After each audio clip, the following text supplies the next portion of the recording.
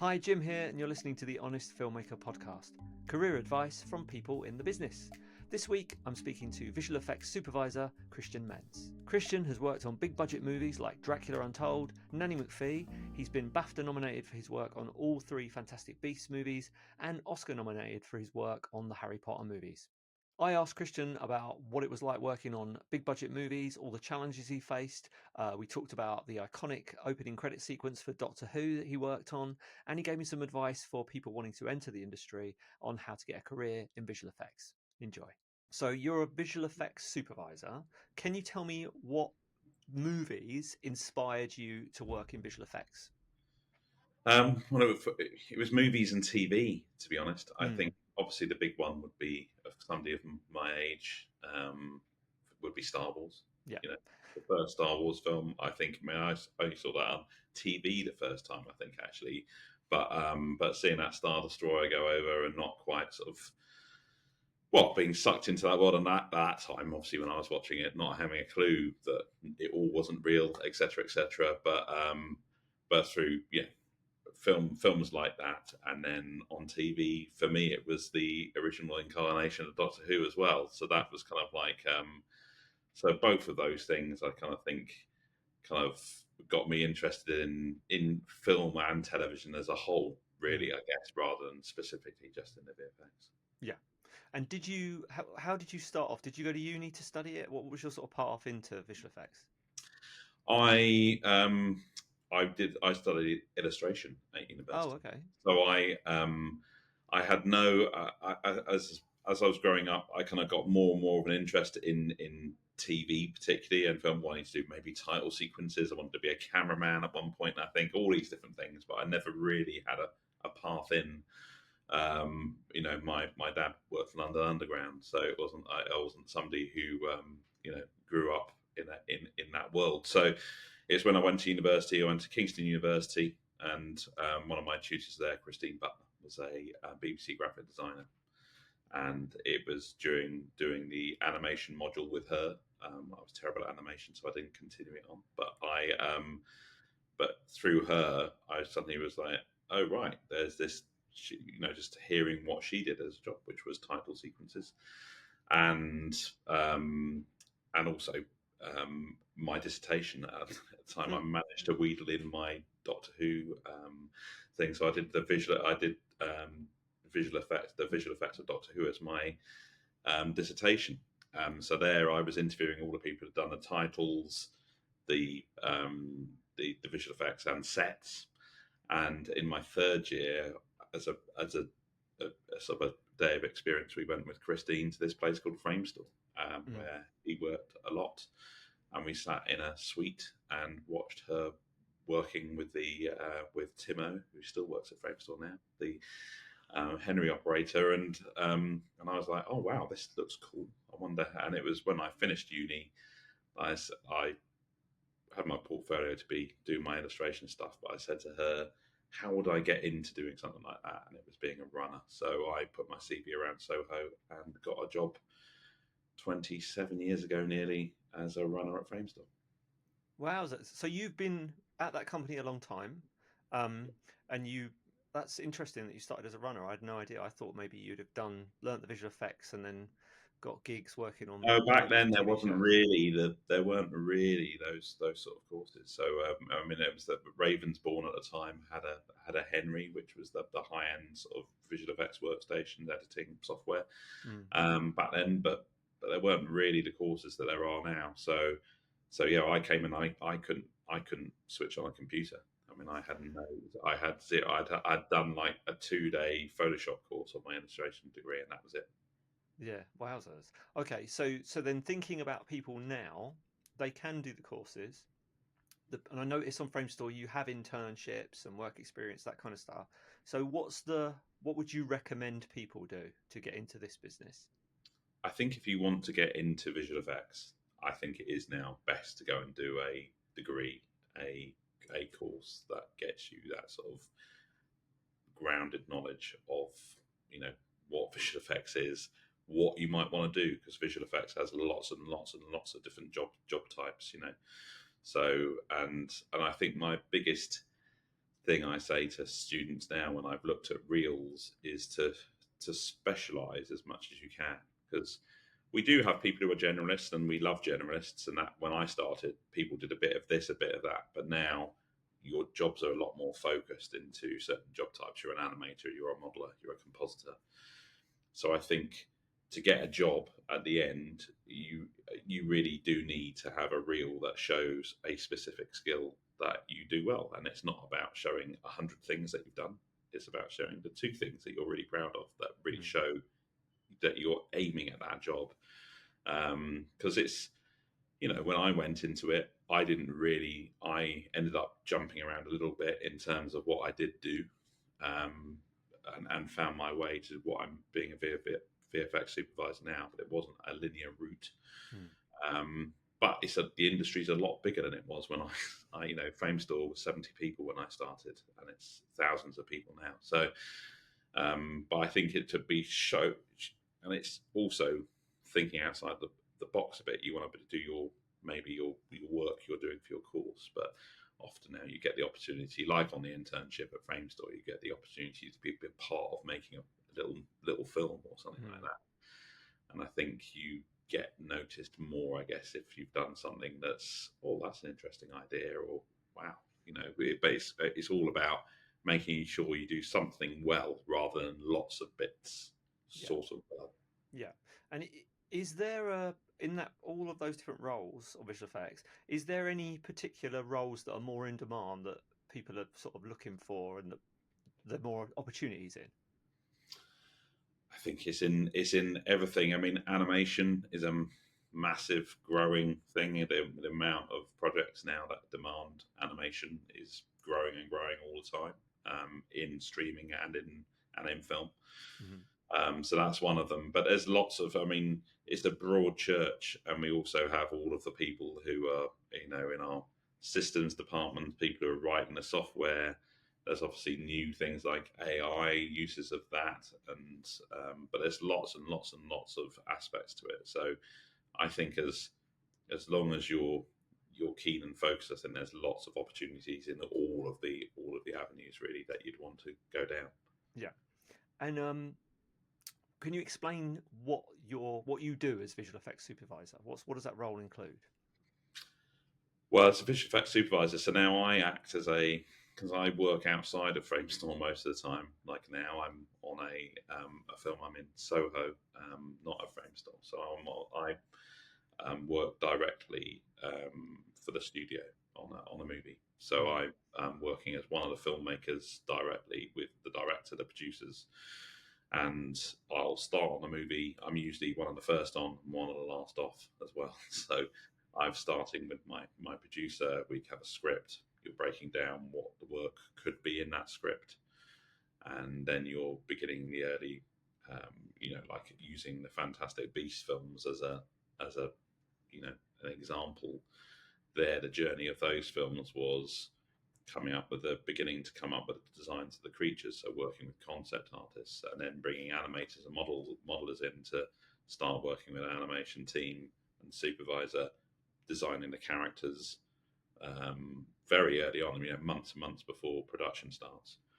And then alongside that, you, as the art department building up, you're beginning to work out what the world's going to be, working out so there's a whole creative thing to start with, and then there's the how are we going to do this, and so there's a lot of logistics to working out, especially with sets, what's going to be real, what's going to be CG, what's going to be completely CG. You begin to work out who you want to do the work. So the current film I'm doing now is all Framestore mostly, but Fantastic Beasts, we had about 7 companies in the end on that. So you're working out how you want to break the work up, briefing them, getting costs from them so that my producers can work out whether it fits our budget. Creativity, still working on previs, which is a big part of it. So that's pre-visualization. So we kind of do a simple animated version of all of the kind of key sort of action sequences or set piece sequences in the film, so that we know what we're going to film, because a lot of stuff isn't there. So creatures or flying carriages or all that sort of stuff. We have to design all of that, so that, and alongside that, doing all the head of departments meetings. I mean, visual effects is reason I really enjoy my job mostly is because it sits in the middle of everything. You're doing a digital version of most of everybody else's department, so you have to work with everybody from your production designer to your stunt coordinator to your costume designer, makeup designer, obviously the director, the everybody. You are making digital versions of virtually everything they're doing, and so a lot of the meetings towards shoot are all about prepping for the shoot, but also working out how we'll integrate into that what we'll be doing. Then on the shoot itself, I'm there every single day on set. Usually stood next to the director, sort of making sure that I'll have a team of people on set, my team in the office, but a team of people on set taking all of our set data to make sure we've got everything we need to recreate or put a creature into a shot or a background. And I'm there often again with the director, sort of creatively, sort of like, oh, does this work? Does that work? Or speaking with them, the actors, everybody, the director of photography, to make sure we're attaining that. And then like now, we're finally in post production, and that's where we're working with initially to, we're as I am now, I'm with the editor and director. We're in offices all together. So as the film is being cut together, we're beginning to put simple versions of the visual effects in initially, and then we'll be working with whoever's doing the final visual effects to put all of those in. And then my job is to make sure all of the director's notes are being sort of adhered to. Creatively, it's going in the right direction. The quality is correct, and that builds looking at every single shot in the film, which usually is about, the films I do is about 1,500 shots, something like that, to a final delivery, and then seeing the final film. So it's the process is anything from 18 months or more recently to about 3 years. Wow. So it's a long one, but you feel, I think creatively it's the most rewarding my job has been, because you are really, say you are part of making the movie. It sounds like you're chatting to every single department and responsible. You've got a lot on your shoulders as far as the final kind of look and feel of the film comes through. So talking about like Harry Potter, big films like Fantastic Beasts, what wouldn't a normal not a normal what wouldn't a student appreciate about a film of that size, do you think? I think it is the sheer amount of it's the sheer amount of people, the amount of collaboration. Collaboration is really key. And just the minutiae that you go down to in terms of detail.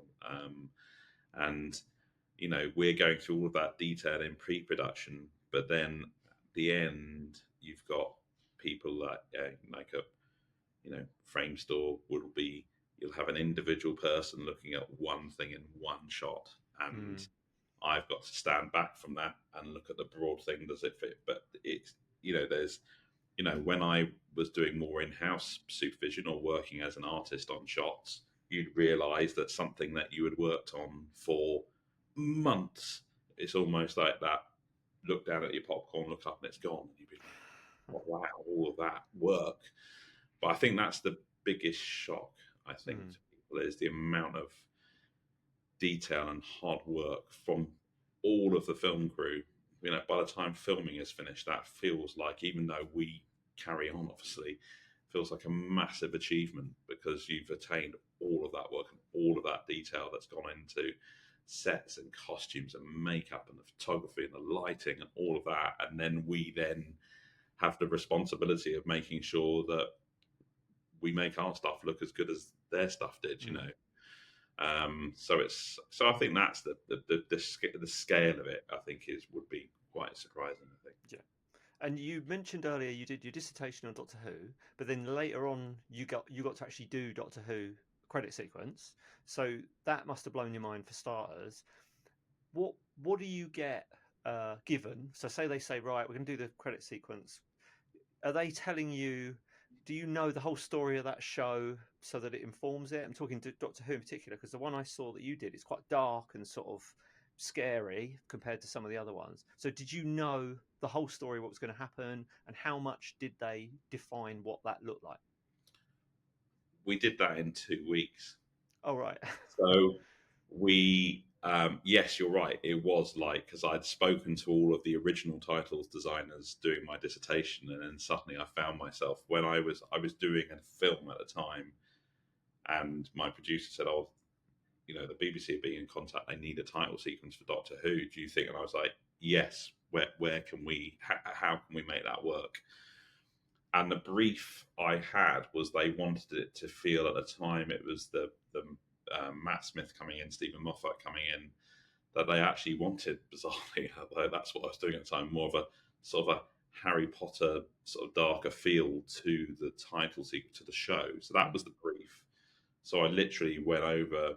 They sent me the music, and I went over a weekend and I wrote a treatment and did some really thumbnail sort of storyboards and wrote a timing thing for it, and came in on the Monday and did the meeting, say this is what I think we're going to do.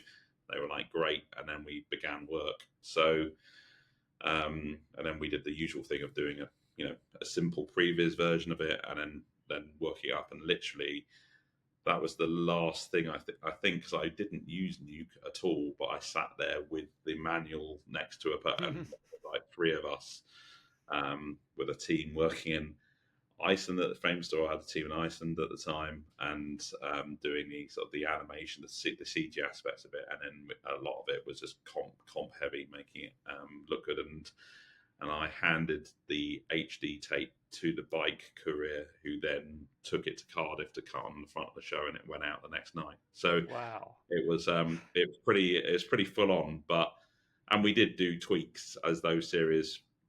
We had to change names, and we got the opportunity to kind of do a slightly more refined version as it went on. But I'm still really proud of it, and I must admit, my son turned to me with the new series that's been on recently, and he said, "Oh, the kind of look of the colours of that, they're kind of copying your one, aren't they?" And I was like, maybe they are. I don't know. But yeah, but it's nice to have been that, because I know as a fan at the time, I knew the sort of like the Bernard Lodge titles or the Sid Sutton titles. So I kind of, it's quite nice to be in that, that title sequence will always be mine, I guess. Yeah. No, that's awesome. And then looking at Harry Potter, so I read on somewhere that you were involved with Dobby, the character Dobby. Mhm. How did that work? Was that motion capture, or was that a cardboard thing that you replaced on set? And how involved with the actor were you with the visual effects team? Well, so at that point, that was my last job I did as an in-house visual effects supervisor for Frame Store. So we had zero contact with the set or Tim Burke, who I ended up collaborating with on the Fantastic Beasts film, was the supervisor on the movie. Mm. And so very much that work came to us initially as we did a test to show that we were, because again, doing that sort of CG human-ish character was still it is tough, but was tough. So we had to do a test. So myself with Andy Kind, who I'm working with now again, he was the CG supervisor. Pablo Grillo, who I've worked with a lot, was the animation supervisor, and we did a test to show that it was Dobby sat at a writing desk, to show that when we got awarded the work. And then because they were filming those two films, Deathly Hallows Part 1 and 2, I think the shoot was nearly a year. So we had a lot of time on film 1 in the background to be building him and Creature. So we had, but what was great about the way it was shot was it was all keyframe animation. There was no capture at all. Creature was done slightly differently because the actor was actually in the set he was down just in his own clothes, but crouched down and actually in the shots with them. Mm. And so we were able, so he was in the lighting and everything, and we had, we painted him out and stuck him back in, and so that was brilliant. So we had all of that reference for him because we had the actor playing him in set. Dobby, Toby Jones had done a kind of a recording, but that was also filmed. So we had reference. The animators had reference there. So really, it was a journey with him. That was the first thing because back in those days, you used to get a designed thing would get sent to you like the mermaids. I always remember in Harry Potter 4, they turned up at Framestore as a beautiful sculpt that would be scanned, and then the job initially was to build that thing. Mhm. The same thing with Dobby. There had been a beautiful sculpt made of him. The brief from David Yates was he wanted him to just feel more real, more, I guess, because we were effectively killing him. Mm. You want to engage with him more than I think the film Chamber of Secrets. Dobby was slightly more kind of exaggerated in character and look, and David is always about paring it down in reality a bit. So we were seeing what we could do design wise with him to pull him into something that felt more proportionate and a little bit, even though he still had the big ears and eyes and all that sort of stuff. And Creature, we had a bit more license to change him. So it was a real journey of, instead of having that defined thing to start with, the journey of 15 months on that was remodeling, doing animation, going, oh, maybe we need to tweak his proportions, and doing all of that all the way down to delivery virtually. And it was really beautiful work. It still stands up today. And I think I knew at the time, we all knew at the time, the fact that we got, 15 months to work on 100 shots of a film. That just doesn't happen now. You would never get that time. But I was kind of half finishing Nanny McPhee at the same time that was starting. But yeah, that focus, that's the focus on the craft was the great thing there. And we had lots of, great references, but yeah, all keyframe animation. Wowzers. Not capture. And it worked because people cared when he died. That's the main thing. Yes. It really worked. Yeah. Because that could have gone horribly wrong. So talking about when you're watching films these days, is there anything you see in visual effects that makes you cringe and go, oh, when they do that, I don't like it? Or is this, or, do you spot a lot of mistakes? How do you view other films? I tend to, in truth, try and just watch films as a viewer, and I don't sit. Yes, you do see stuff that you think, oh, I wish that. Often, if the story and the story's good enough and the performances of everybody in it's good enough, if the visual effects aren't quite up to scratch, you forgive it. I think it's when the story isn't good enough and everything else isn't good enough, and it's leaning on the visual effects, and they're not good enough either. That then suddenly it's like, oh, the visual effects were terrible, weren't they? It's like, when it wasn't them that was letting the movie. I as a truth, I think, but it's really the aim of visual effects, even if you are doing fantasy creatures or is that you shouldn't even be looking at them. You shouldn't even feel aware that something's happened. I mean? You should feel that creature was filmed with those actors and all that sort of thing. And I think a lot of time now that you see something that isn't up to scratch, I know that it's because most probably they didn't have enough time, or that changes were made, because we're in a digital world where we can do everything. I always say, you can do anything. It doesn't mean we should, but I think the ability to change stuff is,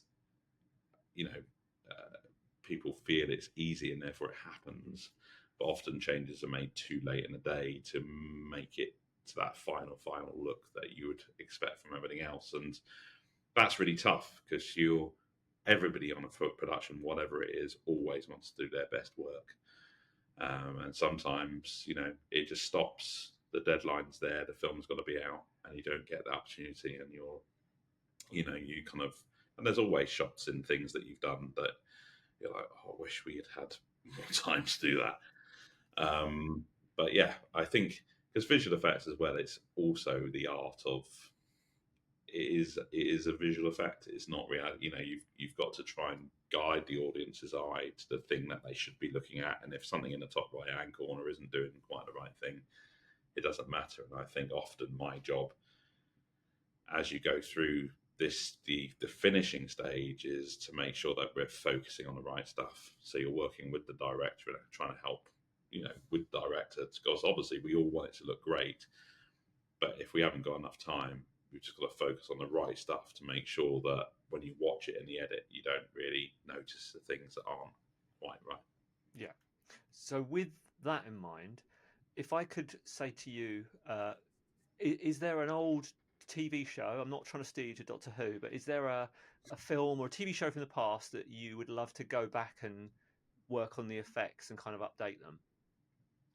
Oh wow, that's kind of a well, you see it done quite a lot, and actually, I guess there are obviously Doctor Who episodes that I'd love to, and you do see it these days where there are special editions done with updating. I think Doctor Who's done it, Star Trek's done it, but even then, you're like, it's still not been done with the full money and time that it would Mm. take. So there's certainly aspects of some of those shows. I always, there are other shows that I grew up with. There was a show called the Tripods, which I loved when I was a Mm. kid, and stuff like Scary that. that was. Yeah, and I think that to be seen that being done properly would be great. Something like that. But even I loved Hitchhiker's Guide to the Galaxy, and bizarrely, I still love, and my children love the original 1970s, 80s TV series over Mm. the film that was made, because there's Mm. something about the the way it was made that actually makes it very watchable. But yeah, the thing is, the truth of it is, back in those days, there wasn't a lot of visual effects driven stuff because you couldn't afford to do it. There was visual effects in the backgrounds, but it wasn't, the whole thing wasn't driven by it. And I think that's why something like Doctor Who probably is a big one, because sometimes if there was a sort of a really phony looking giant snake or something at the end of a story that was otherwise amazing, it kind of is almost a bit that you're a giant rat or a giant something that doesn't kind of, they'd come up with, because you can imagine back in those days it's the same as we have now, that you'll read the script and go, that they must have been like, oh, how are we going to do that, and of course they deliver what they could. So yeah, I kind of think something like that. A lot of stuff from the BBC stable from the 70s Yeah. and 80s, I think. Yeah. And the thing is, I'd say to when you look at those what we'd consider now bad effects, the actors, especially the people playing the Doctor Who, give it so much welly that you kind of believe Hmm. it. Especially if you're young as well and you're a kid watching it, you just believe it because they're completely committed to this ridiculous thing that's now become, even like a Dalek, it's pretty ridiculous. But now they've managed to, over time, it's become iconic. It's become something that's kind of comes with all this history. But that's the truth, I think, even now with working on big budget movies as I do now. The if the actors didn't help, if they didn't take it seriously, working with somebody like Eddie Redmayne on Fantastic Beasts, and he's an Oscar-winning actor, but he cared about you and cared about how everything that we were doing, the creature work and everything, how is it going to work? What would they be doing? So that you'd utterly believe, the process we came up with on Beasts and I've used ever since was we used puppets, we used puppeteers and puppets to play the creatures, Mm-hmm. so that they had a performance, so the actors had a performance to play against. And I think it's that now, that I always say now, it doesn't matter how good we make our work look, if the actor's not touching the thing correctly, looking at it correctly, or not really taking it, then it doesn't matter. The shot doesn't work, So I think that's a big thing to get still now, to get sort of the actors and everybody on board with what we're doing, because ultimately it's trust. Where you really, really have to trust that we're going to deliver and not make them look daft, basically, when Yeah. we see the finished result. Yeah, definitely. We talked about skills you might need studying at uni to become a visual effects artist. What personal attributes do you need? What sort of person do you need to be to get into visual effects? I think, again, visual effect, to do something like my job, I think you have to be able to deal with people. You have to be collaboration with other people, and always not, sometimes not very nice collaborate. You have to be able to, my experience that I think over the last 14 years or so of being sort of production side on things is just becoming more confident in being more confident in your own ideas, and that's tough, I think, because you're often in a room with people who've got years of experience, decades of experience. But I think that's a massive thing for what you know for what I do. But if you're an artist doing modeling or something like that, the great thing is to be massively good at that, and it doesn't matter about that sort of. I mean, you're always going to have to interact with other people, and visual effects has always been a collaborative thing. But we, lots of different people will different characters, and people who are more sort of nervous or a little, are absolutely, because they'll be an amazing artist, and that's what you're after. You're not after them to be leading a team of people, and that's where I guess people like me have gone that supervision route, because a lot of the job is that, as well as having the sort of tech and creative stuff. Is a lot of it is leading a team. So, but yeah, I don't think you. I mean, the biggest thing that I say, even to senior people, supervisors and everything at Framestore, is just watch films, watch and love movies. That's one of the biggest attributes, because a lot of what we do is looking at, you're just looking at other films. You're looking at other people's work. You're doing that all the time. It's like you're not copying, but you're absorbing. We're part of a rich tapestry of like over 100 years worth of cinema, and we're filmmakers. We're not, and I think that's the big leap with visual effects, is that, and it's slowly happening, even though in very recent times there's been a lot of press of trying to pretend visual effects isn't happening. But you're filmmakers. You're not technicians. And I think that's really important, just to love what you do. That's the biggest thing. I hope you enjoyed that episode. If you'd like to hear from more industry professionals, how they got into the business and how you can do the same, or you just want to listen to some cool stories from movie sets around the world, then please do subscribe to the Honest Filmmaker podcast.